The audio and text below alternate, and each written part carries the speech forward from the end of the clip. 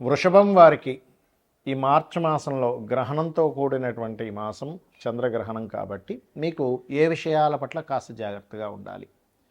మీకు ఇప్పుడు ఉండేటువంటి గ్రహస్థితి కనుక చూసుకుంటే 4వ స్థానంలో చతుర్థ భావంలో గ్రహణం పడుతుంది. 2లో గురువు ఉన్నాడు. లాభస్థానంలో మీకు శని శుక్ర రవి కూడా 17వ తేదీ వచ్చి చేరుతున్నాడు 15వ తేదీకి. కాబట్టి 3 గ్రహాలు, ముందు 2 గ్రహాలు, దాని తర్వాత 3వ గ్రహం వచ్చి చేరుతూ దశమంలో ఒక 3 గ్రహాలు ఉంటున్నాయి.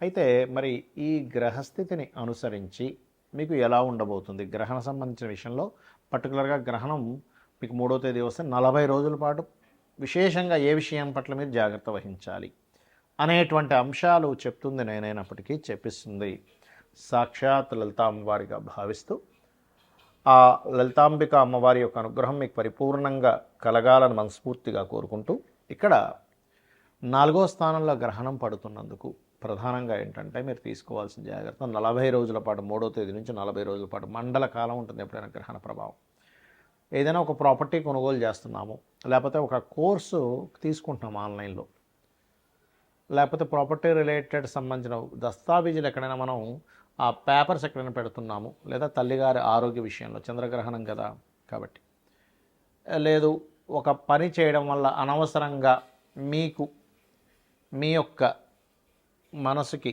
లేదా మీ యొక్క దీనికి కొంచెం ఒక నింద పడనుంది అని అనుకునేటువంటి విషయాల పట్ల కూడా కాస్త జాగ్రత్తగా ఉండాలి. గుర్తుపెట్టుకోండి, తెలియకుండా ఒక్కోసారి గృహంలో వాస్తు దోషంతో మనం ఇల్లు కడుతూ ఉంటాం. ఈ గ్రహణ సమయంలో మనం చేసే ప్రభావం అంటే దాని ప్రభావం అలా చూపిస్తూ ఉంటుంది. మానసికంగా ఒక్కోసారి మనస్థానంలో 4వ స్థానంలో గ్రహణం పడుతుంది కాబట్టి మానసికమైన స్ట్రెస్కి గురవుతూ ఉంటాం. కాబట్టి దీనికి మీరు చక్కగా ఈ విషయాల పట్ల కాస్త జాగ్రత్తగా ఉన్నట్లయితే, ధనస్థానంలో గురువు ఉన్నాడు కాబట్టి ఫైనాన్షియల్ గ్రోత్ అనేటువంటిది ఉంటుంది. మరియు అదేవిధంగా కాస్త వివాహ సంబంధించినటువంటి విషయంలో విదేశీ వివాహ సంబంధించినటువంటివి సక్సెస్ అవుతాయి. అలాగే కాస్త బిజినెస్లు ఇంప్రూవ్మెంట్స్ అవుతాయి, అందులో ఎటువంటి సందేహం లేదు. అయితే మీరు చేయవలసినటువంటి దేవతా ఆరాధన ముఖ్యంగా వెంకటేశ్వర స్వామి ఆరాధన, విష్ణు సహస్రనామాల యొక్క శ్రవణము లేదా పఠనం చేయండి. అన్ని విధాలా మీకు బాగుంటుంది. చాలామందికి ఏంటంటే గ్రహణ సమయంలో ఎందుకు గుళ్ళు మూస్తాము, గుళ్ళులో ఆలయంలో ఉండే భగవంతుడికి ఏదో అయిపోతుంది, తన శక్తిని కోల్పోతాడా కదా అని అనుకుంటారు. కానీ అది పూర్తిగా తప్పు. ఎక్కడ శాస్త్రంలో గ్రహణ సమయంలో గుడి మూసేయాలనేటువంటిది ఎక్కడా లేదు. ఎందుకు మూసేస్తారంటే అమ్మో ఆయన కూడా శక్తిని కోల్పోతారండి, టెంపుల్ శక్తిని కోల్పోతున్నారు, అది పూర్తిగా అబద్ధము. భగవంతుడి శక్తిని కోల్పోయేటట్టయితే ఒక చిన్న విషయం ఆలోచించండి.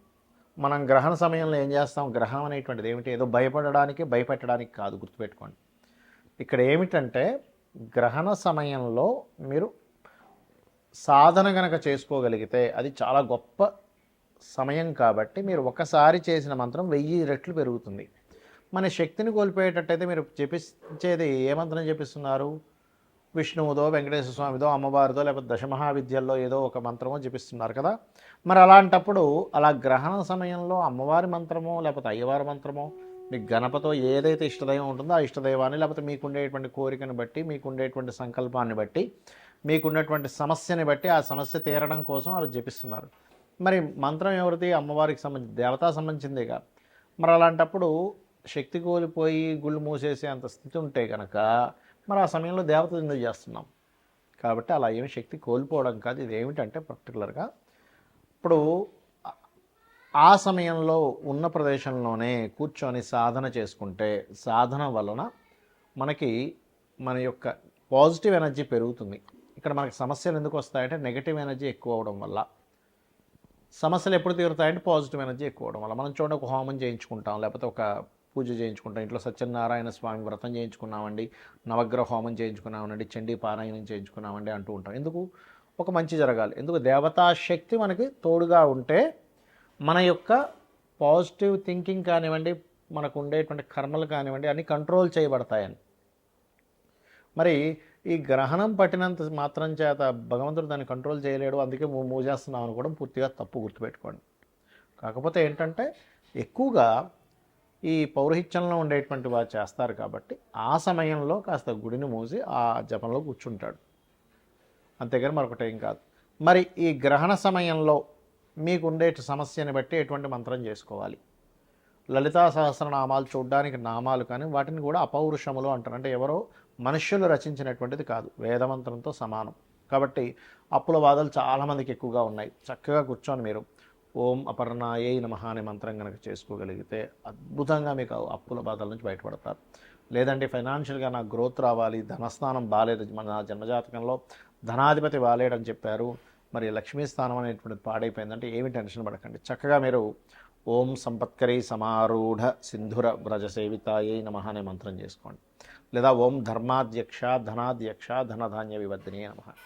ఈ మంత్రం ద్వారా మనం ఒక విషయాన్ని గ్రహించాలి. ఏమిటది అంటే, ధర్మమునకు అధ్యక్షురాలు అమ్మవారు, ధనమునకు అధ్యక్షురాలు. అంటే ముందు ధర్మానికి అధ్యక్షురాలు. అంటే మనం కనుక ధర్మంగా ఉండగలిగితే లక్ష్మీదేవి ఆటోమేటిక్గా వస్తుంది. చాలామంది ఏంటంటే ఇవాళ రేపు ఉండే సొసైటీలో కలిగేటువంటి కొన్ని మార్పుల వల్ల లేదండి ధర్మం లేదు, న్యాయం లేదు, ఏమీ లేదు, అధర్మంగా ఉంటేనే లోకం ఉంటుంది అనుకుంటారు. తప్పు. మనం చూడండి, మనం ఏదైనా ఒక విషయం, ఒక వస్తువు కొనుక్కోవాలన్నప్పుడు, ఒక మనిషిని తీసుకోవాలన్నప్పుడు ఆ వ్యక్తి ధర్మంగా ఉంటాడా లేదా, కరెక్ట్ పర్సనా కాదా అని చూస్తున్నాంగా. మరి అంటే ప్రతి ఒక్కరికి కూడా కరెక్ట్ పర్సను, కరెక్ట్ ప్రోడక్ట్ కావాలనుకుంటున్నాం. అలాంటప్పుడు దాన్నే కనుక మనం ఆశ్రయించున్నట్లయితే ఖచ్చితంగా ఒకరోజు కష్టంగా ఉన్న తర్వాత రోజు ఖచ్చితంగా విన్ అవుతాము. ఇది గుర్తుపెట్టుకోండి.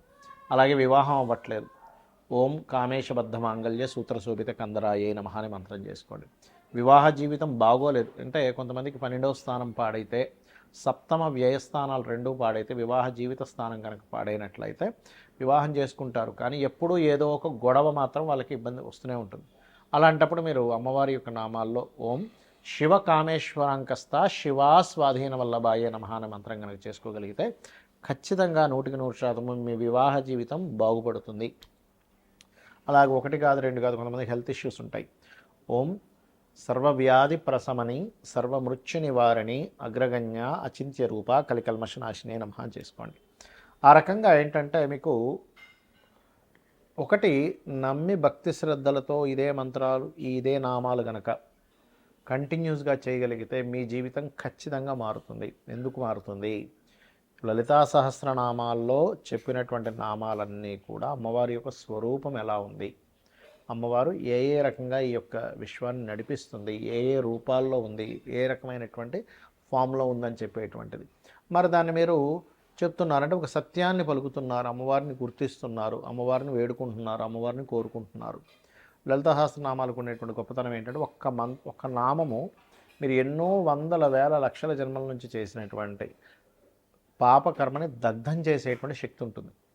సో ఆ దగ్ధం చేసేటువంటి శక్తి ఎప్పుడైతే మీకు వస్తుందో, పాపకర్మ ఎప్పుడైతే పోయిందో కష్టం అనేటువంటిది తీరిపోతుంది. ఇక గ్రహణం తర్వాత ముఖ్యంగా గ్రహణం ఎవరెవరికి ఉంటుంది? సింహం వారికి, సింహరాశిలో పడుతుందిగా, సింహము, కర్కాటకము, కన్య, అదేవిధంగా మకరము, మేషరాశి వాళ్ళకి ఉంటుంది. స్వల్పము, ఏం టెన్షన్ పడకండి, భయపడ్డానికో గ్రహణాలు కావు. అలాగే మరొక విషయం ఏంటంటే ఈ రాశుల వారికి దానం ఏం చేసుకోవాలి? బియ్యము, ఉలవలు, మినుములు, గోధుమలు, నువ్వులు దానం ఇచ్చుకుంటూ ఒక ఇత్తడి గిన్నెలో నెయ్యి, ఆవు నెయ్యి, కొంత ఆవు నెయ్యి పెట్టి ఈ చంద్ర సూర్య ప్రతిమలు, అదేవిధంగా సర్ప సంబంధించినటువంటి చిన్న చిన్న సర్ప ప్రతిమలు, వీటిని దానంగా ఇచ్చినట్లయితే దోషం అనేటువంటి తగ్గుతుంది. మరి దానం ఇచ్చుకోలేని స్థితిలో ఉన్నామంటే ఏం చేయాలి? రామాయణ మహాభారతాలు లాంటివి వినొచ్చు, లేదా లలిత సహస్రనామాలు రెగ్యులర్గా విన్నా అమ్మవారి యొక్క అనుగ్రహంతో మీకు ఆ రక్షణ అనేటువంటి లభిస్తుంది. ఎందుకంటే అందరూ దానం ఇచ్చుకునేటువంటి స్టేజ్లో ఉండరు. కాబట్టి చేయండి, ఖచ్చితంగా అమ్మవారి యొక్క అనుగ్రహం మీకు కలుగుతుంది. అమ్మవారి యొక్క అనుగ్రహంతో మీ అందరూ కూడా క్షేమంగా ఉండాలని మనస్ఫూర్తిగా కోరుకుంటూ శ్రీమాత్రే నమః.